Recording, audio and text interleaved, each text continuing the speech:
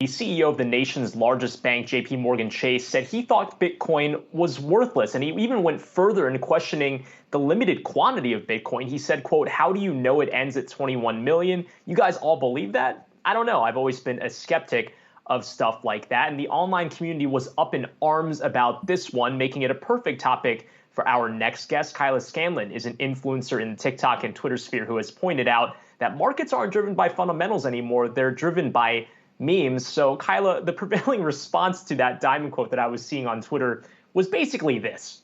Okay, boomer. So what say you to regards to all of this?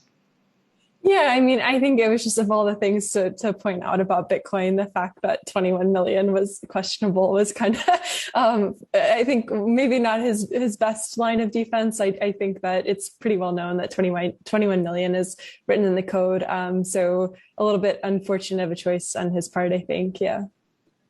Well, we're showing that response right there from Nick Carter, who was just joking. Yes, the answer is yes. We have read the code before. And the code actually does pretty clearly state it. In fact, there's actually notes in there. This is all open source. People can just go on GitHub and look it up. It says that the cap is clearly 21 million. Now, again, I think maybe there's some technicalities here, which some people in my mentions have kind of been pointing out. All of this really has to do with the Bitcoin nodes. In theory, there could be changes to the Bitcoin open source, but enough nodes would have to agree to any sort of changes. And it seems unlikely, I don't know about you, but it seems unlikely to me that they would want to vote at any point in time to change the 21 million cap because it's such a big selling point for the asset itself. I mean, do you think, though, that there is some ounce of interest, though, in the idea that these hard forks could, in theory, be a thing?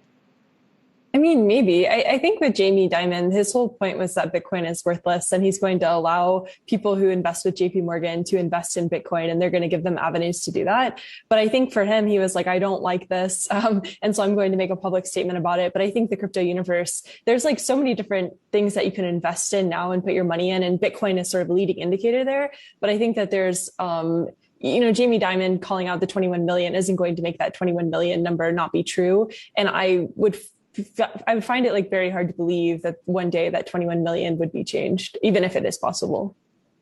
Yeah, and it's so funny when he said Bitcoin is worthless because actually Bitcoin is worth about $57,000. It's very clear cut based off of what the markets are saying. But can you just explain this to me? I mean, when you make TikToks, when you make Twitters about these topics, you do such a good job of explaining kind of what's going on in not just Bitcoin, but whatever the topic du jour is, be it the Federal Reserve or other types of things. But it seems like to me, at least, being someone who tweets every now and then as well, that whenever you hashtag Bitcoin, whenever you hashtag BTC, people go nuts. I mean, I was shocked at the amount of people with, CryptoPunk avatars that were hopping into my mentions and notifications over the week. Why do you think it is that Bitcoin still, even multiple years into this project, remains such a hot topic within the online community? Yeah. I mean, it's collective belief driving the value of the asset. And it also has a lot of real world applications too.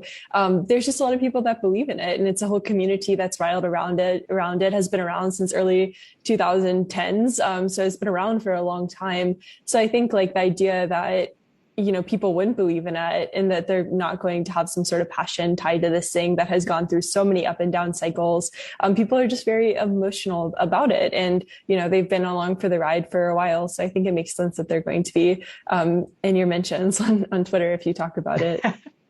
Now, what about the element of Jamie Dimon being a part of this, right? He's the CEO of the country's largest bank, right? Largely seen to be the establishment that a lot of people who are pro-Bitcoin maybe aren't as big of a fan of. Do you think that there's anything to be said about whether or not banks are really traditional banks, if you will, kind of the antithesis of what Bitcoin is going? Because the other argument would be, well, actually, banks want to be on the side of those in the crypto community when you consider maybe not JP Morgan Chase to many degrees, but a lot of institutions are becoming more warm to the idea of banking their clients to at least, if it's not Bitcoin, other types of crypto adjacent industries.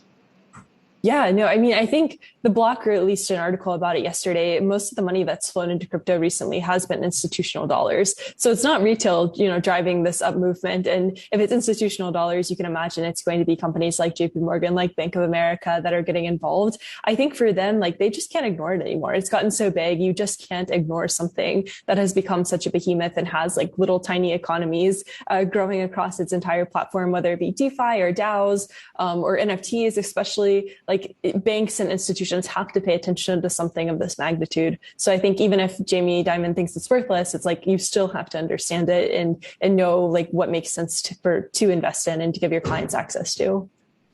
And then one last point here is that there were some people in the mentions that were saying, even though they disagree fundamentally with everything that Jamie said with regards to questioning the hard cap for Bitcoin, but that they said maybe this is a good thing that traditional finance people are still fighting against it. That gives us more fuel to the fire here. And when you consider BlackRock CEO Larry Fink today saying, quote, "I see huge opportunities in a digitized crypto, blockchain related currencies," end quote.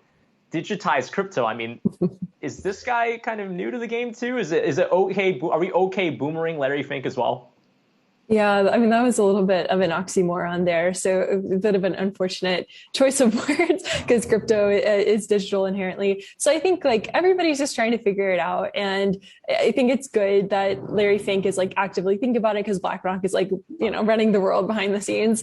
So it's good. But I do think that there's such a steep learning curve, both for the institutions, for politicians, for really everybody. And they're going to have to start learning quickly because the space is just growing more massive by the day. Yeah. So I think that it's still early. A lot of people on crypto Twitter would say, yeah.